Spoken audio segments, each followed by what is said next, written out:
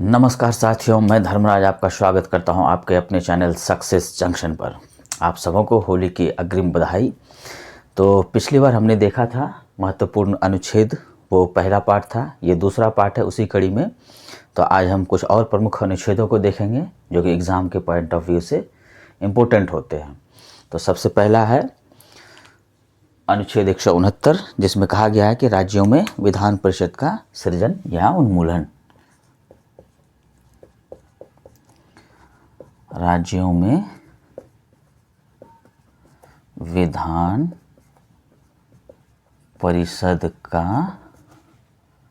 परिषद की स्थापना या उन्मूलन। क्या इसका मतलब होता है? मतलब अगर कोई राज्य अपने विधानमंडल में यह विधेयक पारित कर दे कि उस राज्य में विधान परिषद की स्थापना हो, या फिर विधान परिषद अगर है तो उसका उन्मूलन किया जाए, उस विधान परिषद को हटाया जाए, तो इस संबंध में यह उपबंध है, जिसमें कि अगर वह प्रस्ताव पारित कर देता है तो वह फिर चले जाता है भारतीय संसद के पास, जहां उसको साधारण विधेयक के माध्यम से कानून बना दिया जाता है कि विधान परिषद होगा कि नहीं होगा। तो विधान परिषद का सृजन या उन्मूलन, ये अगर पूछा जाए तो अनुच्छेद 169। वहीं अनुच्छेद 200, इसमें क्या है? विधेयकों पर अनुमति, मतलब राज्यपाल की विधेयकों पर अनुमति। क्या मतलब होता है इसका?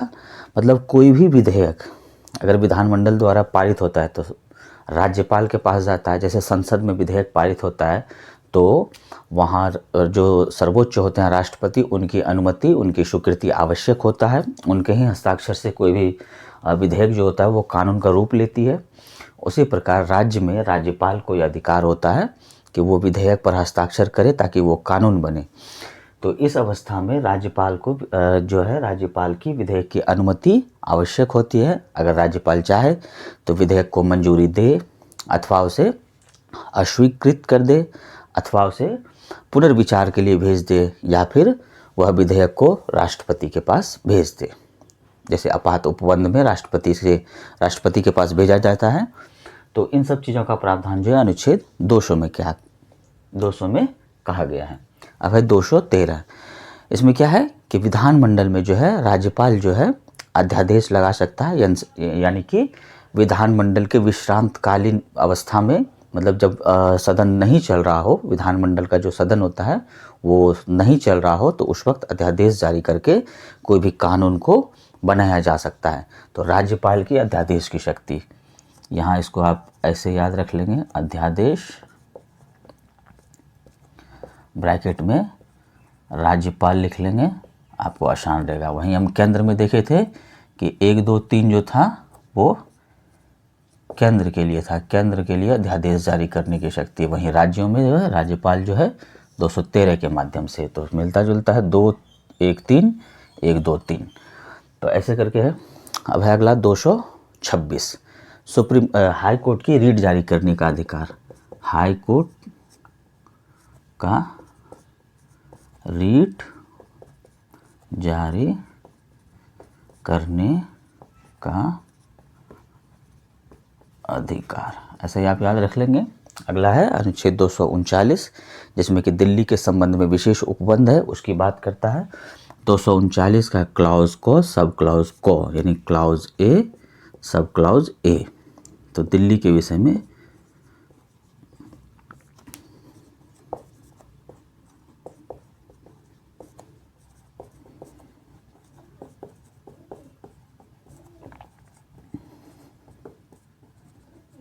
मतलब क्या है कि दिल्ली चूँकि मतलब देश की राजधानी है और वो केंद्र शासित प्रदेश भी है, लेकिन दिल्ली में विधानसभा भी है, ये बात आप याद रखेंगे। यहाँ के मुख्यमंत्री भी होते हैं, चूँकि यूनियन टेरिटरी में डायरेक्ट केंद्र का अधिशासन होता है, तो वहाँ विधानमंडल की स्थापना नहीं हो सकती है, लेकिन दिल्ली में विधानमंडल की स्थापना है। इसी विशेष उपबंध की बात करता है अनुच्छेद 239 का क्लाउज ए, सब क्लाउज ए। तो दिल्ली के लिए विशेष उपबंध है, जिसमें कहा गया है कि दिल्ली जो है वह अपनी विधायिका तो रख सकता है, यानी विधानमंडल तो रख सकता है, मुख्यमंत्री का चुनाव भी कर सकता है, लेकिन पब्लिक ऑफेंस जो होता है या पब्लिक ऑर्डर जो होता है, पब्लिक ऑर्डर हो, फिर लैंड हो या फिर पुलिस हो, इन सब चीज़ों पे कानून नहीं बना सकता। बाद बाकी वो कानून बना के अपनी राज्य व्यवस्था को चलाता है। वहीं अनुच्छेद 249 क्या कहता है? राज्य सूची पर राष्ट्र हित के विषय पर कानून बनाने की संसद की शक्ति। तो ऐसे याद रख लेंगे, राज्य सूची पर कानून बनाने की संसद की शक्ति। अगर बात राष्ट्र हित का मामला हो तो राज्य सूची पर जो है संसद कानून बना सकता है, ये अनुच्छेद 249 कहता है। अब अनुच्छेद 262, इसमें क्या है कि अंतर्राज्यीय नदियों या नदी घाटियों के संबंध में अगर विवाद हो तो न्याय करने का अधिकार संसद को होता है। तो नदी जल विवाद पर न्याय निर्णयन, इसका मतलब क्या होता है कि अगर नदी जल विवाद होता है, दो राज्यों के बीच अगर नदी का विवाद होता है तो राष्ट्रपति को यह अधिकार होता है कि वो ट्रिब्यूनल का गठन करे और उसको जो है इस विवाद को सुलझाया जा सके। और दूसरा बात होता है कि अगर इस विवाद के बीच में अगर सुप्रीम कोर्ट चाहे हस्तक्षेप करना तो यह संसद कानून बना सकती है कि इस पर सुप्रीम कोर्ट हस्तक्षेप ना करे। तो नदी जल विवाद पर जो है एक ट्रिब्यूनल यानी न्यायाधिकरण बनाने का अधिकार जो है वो संसद के पास होता है, जो राष्ट्रपति गठित करते हैं जिससे कि विवादों का निपटारा हो सके। वहीं अनुच्छेद 263 अंतर्राज्यीय परिषद के संबंध में उपबंध है।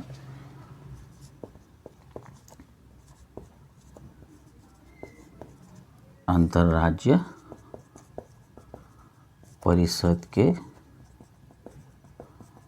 संबंध में उपबंध मतलब क्या होगा कि दो राज्यों के बीच अगर किसी चीज़ को लेकर वाद विवाद होता है तो उस संबंध में भी अंतर्राज्यीय परिषद का गठन किया जाता है, जिसका कि अध्यक्ष प्रधानमंत्री होते हैं और उसके सदस्य के रूप में वहाँ के मुख्यमंत्री साथ ही केंद्र के कुछ मंत्री होते हैं।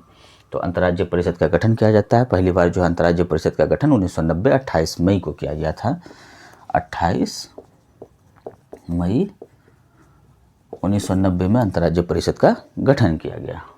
अगला क्या है? अनुच्छेद 265, जिसमें कि कहा गया है कि विधि के प्राधिकारों के बिना करों का अधिरोपण ना किया जाना। मतलब क्या होगा कि कानून के द्वारा ही किसी कर को लगाना या वसूल करना, यानी कानून बनाकर किसी कर को लगाना या वसूलना। जैसे कि जीएसटी बना, पहले यह कानून बना फिर उसके बाद जीएसटी वसूला जा रहा है। अनुच्छेद 275 क्या कहता है? इसमें कहता है कुछ राज्यों को संघ से अनुदान। याद रखिएगा, यहाँ है कुछ राज्यों को, सभी राज्यों को नहीं, कुछ राज्यों को संघ से अनुदान। मतलब अगर कोई पिछड़ा राज्य है जिसकी आर्थिक स्थिति नहीं अच्छी है और वह आर्थिक असमानता को दूर करने के लिए केंद्र जो है उस राज्यों को अनुदान के रूप में राशि आवंटित करती है, जिससे कि वह विकास के मुख्य धारा में जुड़ सके। अगला है अनुच्छेद 280, इसमें क्या कहता है? वित्त आयोग का गठन। तो अनुच्छेद 280 वित्त आयोग, ऐसे याद रख लेंगे। वित्त आयोग की बात करेगा तो अनुच्छेद 280। अब है अनुच्छेद 300, इसमें वाद और कार्यवाहियां, ये वर्ड याद रख लेंगे आप। वाद और कार्यवाहियां, कभी कभी अनुच्छेद 300 जो है पूछ लिया जाता है। इसका मतलब क्या होगा कि कोई व्यक्ति अगर चाहे तो भारत सरकार या राज्य सरकार पर मतलब अवैधानिक तरीके से केस कर सकता है अगर उसको लगे कि उसके अधिकार का हनन हुआ है। उसी प्रकार अगर राज्य सरकार या भारत सरकार चाहे तो किसी व्यक्ति के खिलाफ केस कर सकती है, मुकदमा कर सकती है। तो इन चीज़ों का जो बात है ये जिक्र जो है अनुच्छेद 300 में कहा गया है। वहीं अनुच्छेद 300 को जो है यानी अनुच्छेद 300 क्लाउज को जो है क्लाउज ए, ये कहता है संपत्ति का अधिकार से संबंधित है। संपत्ति का अधिकार ये क्या है? कानूनी अधिकार है। पहले क्या था? पहले ये मौलिक अधिकार था। अनुच्छेद 19 जो है, अनुच्छेद 19 का क्लाउज एफ में जो था मौलिक अधिकार का बात कहा गया था कि ये मौलिक अधिकार है, लेकिन अब जो है ये कानूनी अधिकार हो गया है। अनुच्छेद 311 क्या कहता है? अनुच्छेद 311 है संघ या राज्य में सिविल सेवक को पद से हटाना, पदच्युत करना। उसकी बात जो है 311 करता है। तो संघ या राज्य में सिविल सेवक को पद से हटाना, संघ हो या राज्य हो, राज्यों में जो सिविल सेवक होते हैं जो कि पीसीएस या यूपीएससी से चुन के आते हैं, सिविल सेवक को पद च्युत करना या हटाना। तो इसकी बात कौन करता है? अनुच्छेद 311। अनुच्छेद 312 क्या है? अखिल भारतीय सेवाओं का सृजन। तो अखिल भारतीय सेवा, अखिल भारतीय सेवाओं का सृजन अगर पूछे तो अनुच्छेद 312। अब क्या है? अनुच्छेद 315। इसमें क्या कहा गया? संघ और राज्यों के लिए लोक सेवा आयोग। संघ और राज्यों के लिए लोक सेवा आयोग। इसका मतलब हो गया कि संघ में भी जैसे यूपीएससी होता है, राज्य में जैसे पीसीएस होता है हर एक स्टेट में, तो उसकी स्थापना की बात करता है अनुच्छेद 315। कैसे कार्य करेगा ये सब कार्यप्रणाली सबके जिक्र जो है अनुच्छेद 315 में कहा गया है। देखते हैं अगला क्या है? 320। इसमें क्या कहा गया? लोक सेवा आयोगों के कृत्य या उनके द्वारा कार्य जो है वो है। तो लोक सेवा आयोग जो है, लोक सेवा आयोगों के कृत्य या कार्य, तो कैसे कार्य का संचालन करेंगे उसका जिक्र जो है अनुच्छेद 320 में कहा गया। अगला है अनुच्छेद 323, जिसमें कि कहा गया है 323 के क्लाउज ए में यानी क में कहा गया है प्रशासनिक अधिकरण। प्रशासनिक अधिकरण क्या मतलब होता है इसका? प्रशासनिक अधिकरण वर्ड का मतलब कि कोई भी सरकारी कर्मचारी है उसके सेवा संबंधी जो है विवादों का निपटारा जो है उसके संबंध में जो उपबंध है कि कैसे उनके विवादों का निपटारा होगा। जो भी सेवा में मतलब सरकारी सेवा में जो कर्मचारी हैं तो उसके विवादों से निपटारा करने के संबंध में जो उपबंध है वो है अनुच्छेद 323 को में। कैसे कैसे क्या प्रोसेस होगा। अगला है 324। इसमें क्या कहा गया? निर्वाचन आयोग के विषय में जिक्र कहा गया है।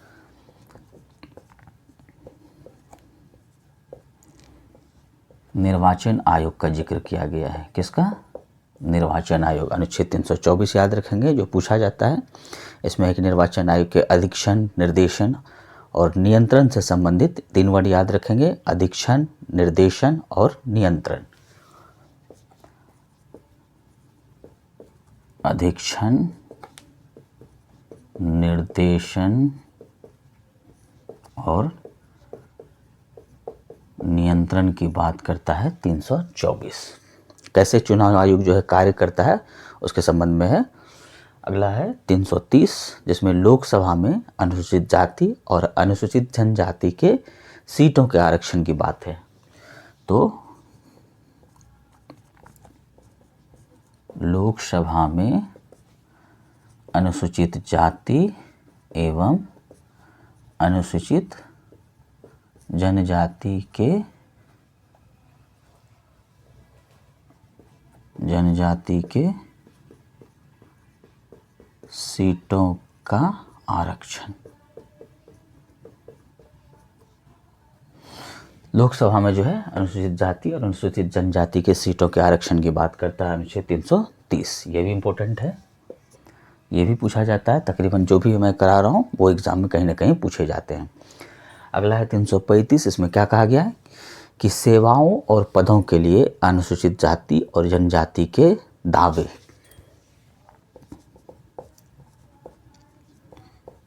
सेवाओं एवं पदों के लिए अनुसूचित जाति एवं अनुसूचित जनजाति के दावे। सेवाओं और पदों के लिए अनुसूचित जाति और जनजाति के दावे मतलब जो आरक्षण की व्यवस्था की गई है, जिसमें पदों का मतलब बंटवारा जो किया जाएगा, उसमें अनुसूचित जाति और जनजाति के लिए जो है पद की आरक्षण होगी, जो सरकारी नौकरी के लिए जो विज्ञप्ति निकलती है। अगला है 352, जिसमें राष्ट्रीय आपात की बात करता है।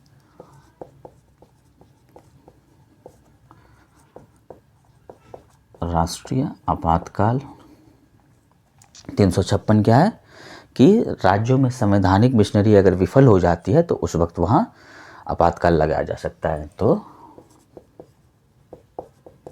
राज्यों में आपातकाल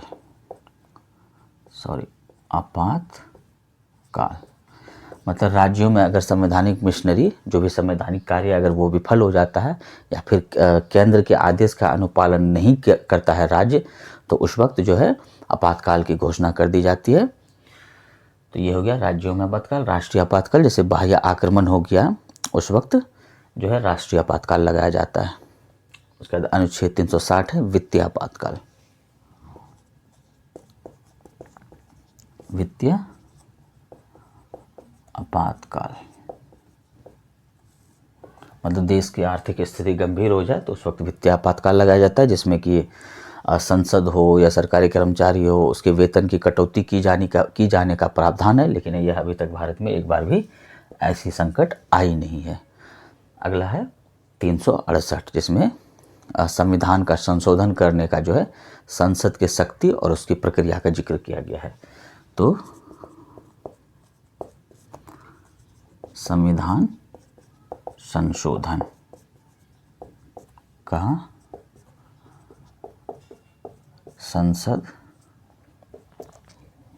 संविधान संशोधन का संसद का अधिकार और इसकी प्रक्रिया का भी बात किया गया है कि किस प्रकार संशोधन किया जाएगा, साधारण विधेयक, साधारण तरीके से या विशेष बहुमत से। तो यह साधारण बहुमत, विशेष बहुमत और आधे से ज़्यादा राज्यों का अनुमति, ये सब बात जो है अनुच्छेद 368 में कहा गया। तो ये था महत्वपूर्ण अनुच्छेद, एक मोटा मोटा खाका था महत्वपूर्ण अनुच्छेद का। अब हम क्या करेंगे कि क्रमवार जो है अनुच्छेद को देखेंगे, जैसे कि केंद्र स्तर पर राष्ट्रपति, राज्यपाल, मंत्रिपरिषद, प्रधानमंत्री, उच्च न्यायालय, सर्वोच्च न्यायालय, तो ये सब जो है ये सब अनुच्छेदों को टॉपिक वाइज देखेंगे। तो सबसे पहले हम शुरू करते हैं केंद्र सरकार को। तो केंद्र सरकार में सबसे पहले हम राष्ट्रपति देखते हैं, उसमें कौन कौन से महत्वपूर्ण अनुच्छेद हैं जो कि एग्ज़ाम में पूछे जाते हैं या पूछ लिए जाने की संभावना बनती है। तो उसमें से पहला है राष्ट्रपति के अनुच्छेद में 52, 53, 54, 55, 56 इस तरह से करके 143 तक है। तो एक एक करके क्रमवार हम देखते हैं कि ये अनुच्छेद होता क्या है। अनुच्छेद 52 है भारत के राष्ट्रपति पद की व्याख्या करता है, यानी भारत के राष्ट्रपति होंगे, भारत के राष्ट्रपति पद की व्याख्या करता है। तो ये आप पद से याद रख लेंगे, राष्ट्रपति पद की व्याख्या करता है अनुच्छेद 52, यानी भारत के एक राष्ट्रपति होंगे ऐसा अनुच्छेद 52 कहता है। अनुच्छेद 53 क्या है, संघ की कार्यपालिका शक्ति। अनुच्छेद 53 संघ की कार्यपालिका शक्ति। संघ की कार्यपालिका शक्ति जो राष्ट्रपति में निहित होंगे ऐसा बात जो है अनुच्छेद 53 करता है। तो संघ की कार्यपालिका शक्ति याद रखेंगे तो अनुच्छेद 53। अनुच्छेद 54 जो है राष्ट्रपति के चुनाव से संबंधित है, तो ये चुनाव लिख लेंगे आप। चूँकि अनुच्छेद राष्ट्रपति को देख रहे हैं तो इस वजह से यहाँ राष्ट्रपति का चुनाव ऐसा लिखना अनिवार्य नहीं है, चूँकि आपको याद करने में आसान रहेगा एक शब्द में। तो चुनाव संबंधी बात कहेगा तो अनुच्छेद 54, और चुनाव का तरीका कहेगा तो इसमें 55 रख लेंगे याद। चुनाव का तरीका, एकल संक्रमणीय मत प्रतिनिधि भिन्न के द्वारा जो चुनाव होता है तो उसका बात जो है अनुच्छेद 55 में किया गया है। अनुच्छेद 56 राष्ट्रपति के कार्यकाल से संबंधित है कि राष्ट्रपति का कार्यकाल कितने वर्षों तक होगा, उसका जिक्र जो है अनुच्छेद 56 में कहा गया है। जनरली 5 वर्षों का होता है। महाभियोग सब अनुच्छेद 61 की प्रक्रिया के द्वारा हटाया जा सकता है, जो कि अभी तक किसी को भी नहीं हटाया गया है, या कोई भी प्रावधान हो जिस वजह से मृत्यु हो जाए तो उस वक्त चुनाव कर लिया जाता है। मैंने राष्ट्रपति पढ़ाया है, उस वीडियो को आप देख लें, समझ में आएगा। यहाँ हम अनुच्छेद को देख रहे हैं। अनुच्छेद 57 क्या कहता है? पुनर्निर्वाचन के लिए अर्हता।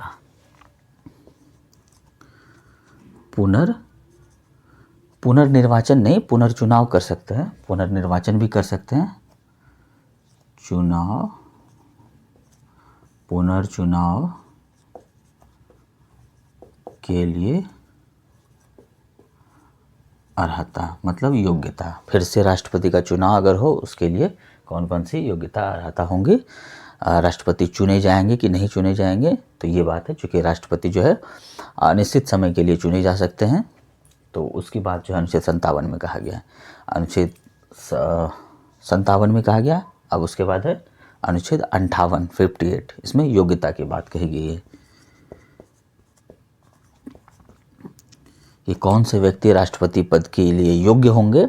वो जो है अनुच्छेद 58 में उसका विस्तार से वर्णन किया गया है कि वह भारत का नागरिक हो, 35 वर्ष उसकी उम्र हो, उसके बाद वो किसी लाभ के पद पर ना हो, अगर वो किसी विधानसभा या लोकसभा के सदस्य है तो उसको पद से इस्तीफा देना होगा। ये सब बात जो है 58 में कहा गया है। अनुच्छेद 60 है शपथ, मतलब राष्ट्रपति जो है शपथ लेंगे, उसकी बात कही गई है, जो कि सर्वोच्च न्यायालय के मुख्य न्यायाधीश के सामने शपथ लेते हैं। अगर मुख्य न्यायाधीश उपस्थित नहीं है तो सर्वोच्च न्यायालय के जो वरिष्ठतम न्यायाधीश है उनके समक्ष वो शपथ लेते हैं। इसी प्रकार अनुच्छेद 61 जो है महाभियोग की बात करता है। महाभियोग की बात करता है। उसके बाद अनुच्छेद 65 जो है उपराष्ट्रपति का राष्ट्रपति के रूप में कार्यकाल। तो उपराष्ट्रपति का राष्ट्रपति के रूप में कार्य करना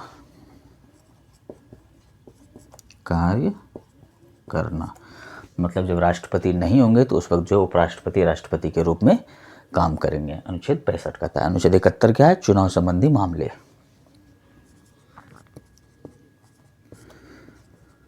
चुनाव संबंधी मामले, यहाँ ब्रैकेट में सुप्रीम कोर्ट लिख लेंगे, क्योंकि चुनाव संबंधी मामले का निपटारा जो होता है वो सुप्रीम कोर्ट में ही किया जाता है और कहीं नहीं। अनुच्छेद 72 है क्षमादान की शक्ति। क्षमादान की शक्ति मतलब राष्ट्रपति अगर किसी व्यक्ति को आजीवन कारावास होता है तो उसके दंड को कम कर सकता है, या फिर उसके दंड को यथावत बने रहने दे सकता है, या फिर उसको फांसी की सज़ा अगर होती है तो उसको आजीवन कारावास में तब्दील कर सकता है। तो ये सारे अधिकार जो है राष्ट्रपति को देता है, अगर राष्ट्रपति उसको समझे कि ये इस कार्य योग्य है तो। अन्यथा जघन्य से जघन्यतम अपराध में राष्ट्रपति में भी मर्सी पिटीशन का कोई गुंजाइश नहीं होता है। वो यथावत सुप्रीम कोर्ट या जो भी निर्णय दिया जाता है उसके फैसले को बरकरार रखता है। तो उसकी बात करता है अनुच्छेद 72। अब अनुच्छेद 74, इसमें क्या है कि मंत्रिपरिषद का राष्ट्रपति को परामर्श एवं सहायता प्रदान करना। तो मंत्रिपरिषद का राष्ट्रपति को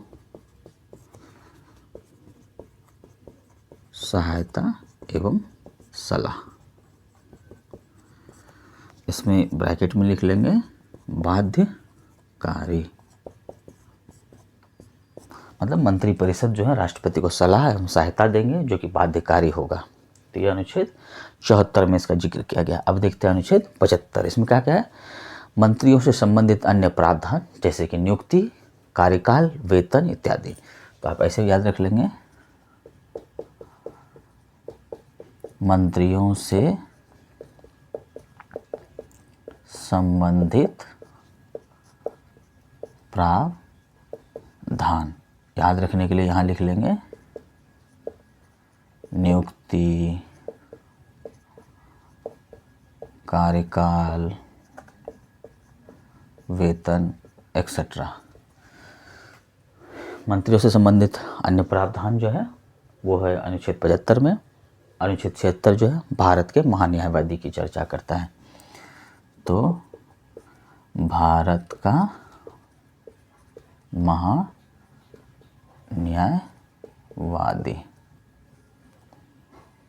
अनुच्छेद 76 जो है बहुत सारे एग्जाम में पूछा गया है। तो भारत के महान्यायवादी के बाद जो है अनुच्छेद 76 करता है। महान्यायवादी जो भारत सरकार की तरफ से सुप्रीम कोर्ट में केस लड़ते हैं तो वो भारत के महान्यायवादी होते हैं। अब अनुच्छेद 78 जो है राष्ट्रपति को सूचना प्रदान करने के लिए अब प्रधानमंत्री के जो कर्तव्य होंगे, दायित्व होंगे, उसकी जिक्र करता है। यानी राष्ट्रपति को सूचना प्रदान करने के संबंध में प्रधानमंत्री का दायित्व।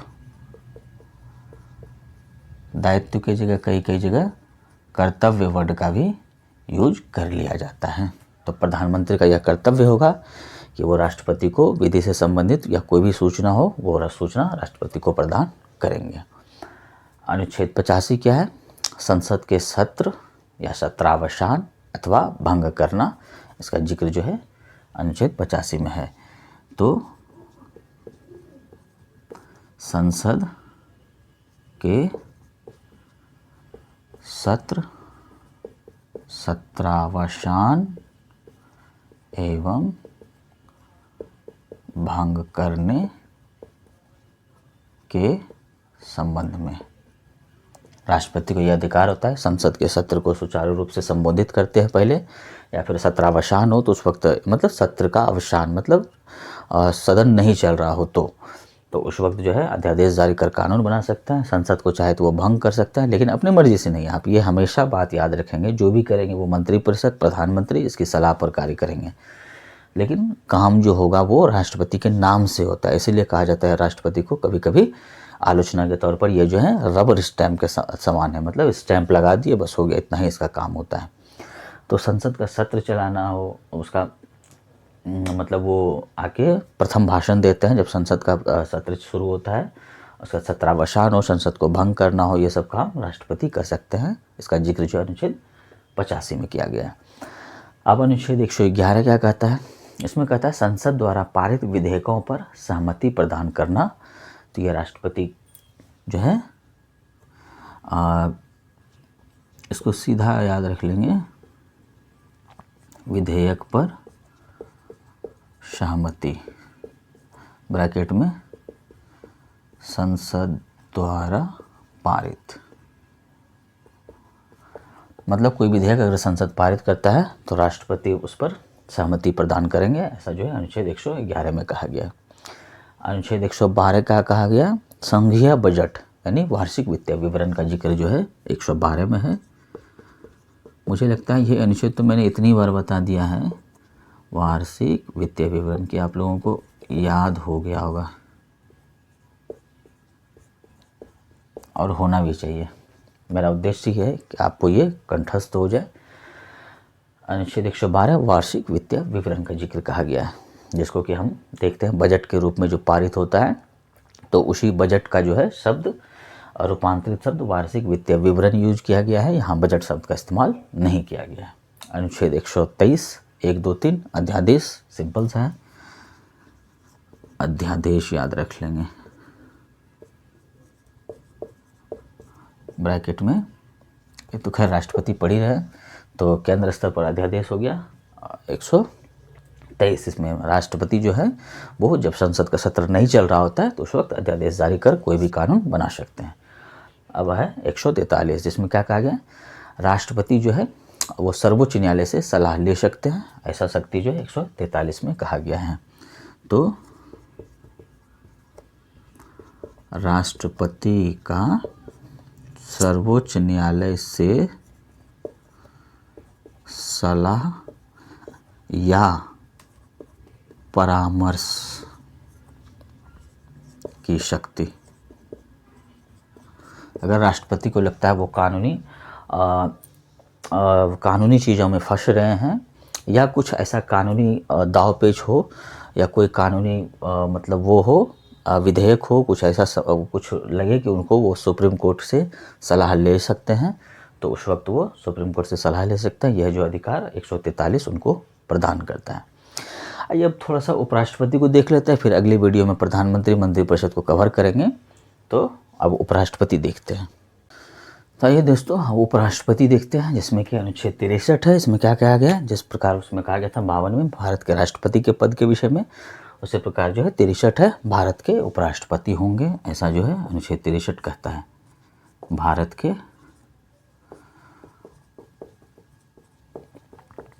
उपराष्ट्रपति इस पद की व्याख्या करता है अनुच्छेद 63। अनुच्छेद 64 क्या है, तो उपराष्ट्रपति जो है वो राज्यसभा के सभापति होंगे, ये 64 कहता है। तो राज्यसभा के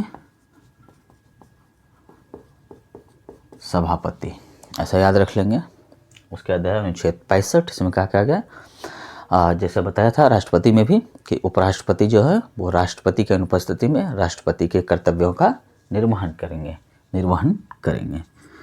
तो उपराष्ट्रपति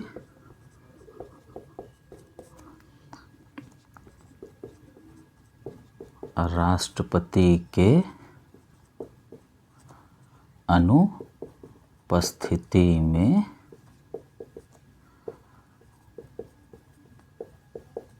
राष्ट्रपति के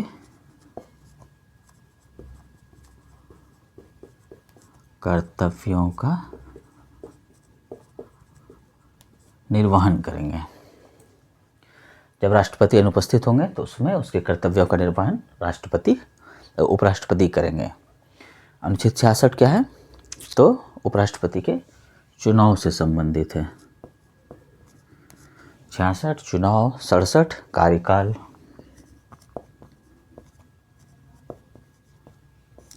उपराष्ट्रपति के कार्यकाल से संबंधित है। अनुच्छेद 68 जो है उसमें क्या कहा गया कि उपराष्ट्रपति का कार्यकाल की रिक्ति की पूर्ति के लिए चुनाव का समय निर्धारण तथा आकस्मिक रिक्ति की पूर्ति के लिए भी चुनाव, जो चुने गए व्यक्ति है उसका कार्यकाल, मतलब उपराष्ट्रपति का जब पद रिक्त हो या आकस्मिक रिक्ति हो उस वक्त उस व्यक्ति का कार्यकाल कितना होगा, तो उसका जो है बात अनुच्छेद 68 में कहा गया है। तो उपराष्ट्रपति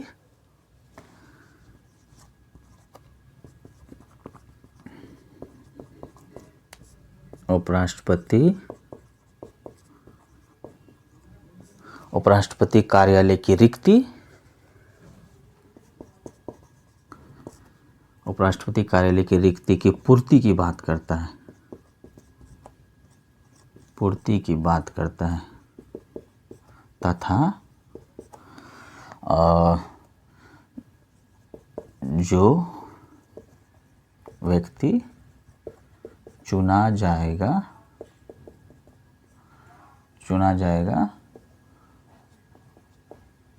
उसके कार्यकाल की भी बात करता है।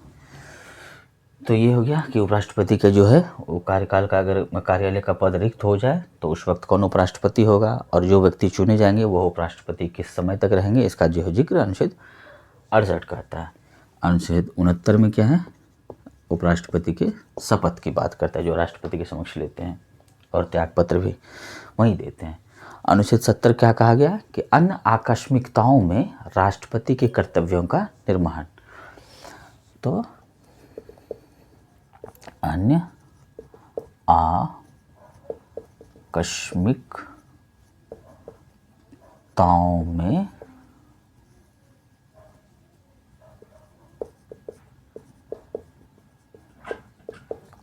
राष्ट्रपति के कर्तव्यों का निर्वहन, ये जो है अनुच्छेद 70 कहता है। अब लास्ट है अनुच्छेद 71। इसमें क्या कहा गया है कि चुनाव संबंधी मामले, चुनाव संबंधी मामले मतलब उपराष्ट्रपति को लेकर अगर चुनाव संबंधी कोई मामला होता है, जैसे कि पता चले कि इसमें चुनाव में कुछ गड़बड़ियाँ हुई है, ऐसा कुछ विवाद होता है, तो वो सुप्रीम कोर्ट में उसका निर्णय होगा। तो चुनाव संबंधी मामले अनुच्छेद 171। तो आज इस वीडियो को यही ख़त्म करते हैं, क्योंकि वीडियो बहुत लंबा हो रहा है। तो होप सो कि आपको ये वीडियो अच्छा लगा होगा। अगर अच्छा लगता है तो इस वीडियो को लाइक कीजिए, अपने दोस्तों का शेयर कीजिए, ताकि वो भी इसका लाभ उठा सके, और साथ ही साथ चैनल को सब्सक्राइब जरूर कर लीजिएगा। Okay, have a good day, take care, bye bye, जय हिंद।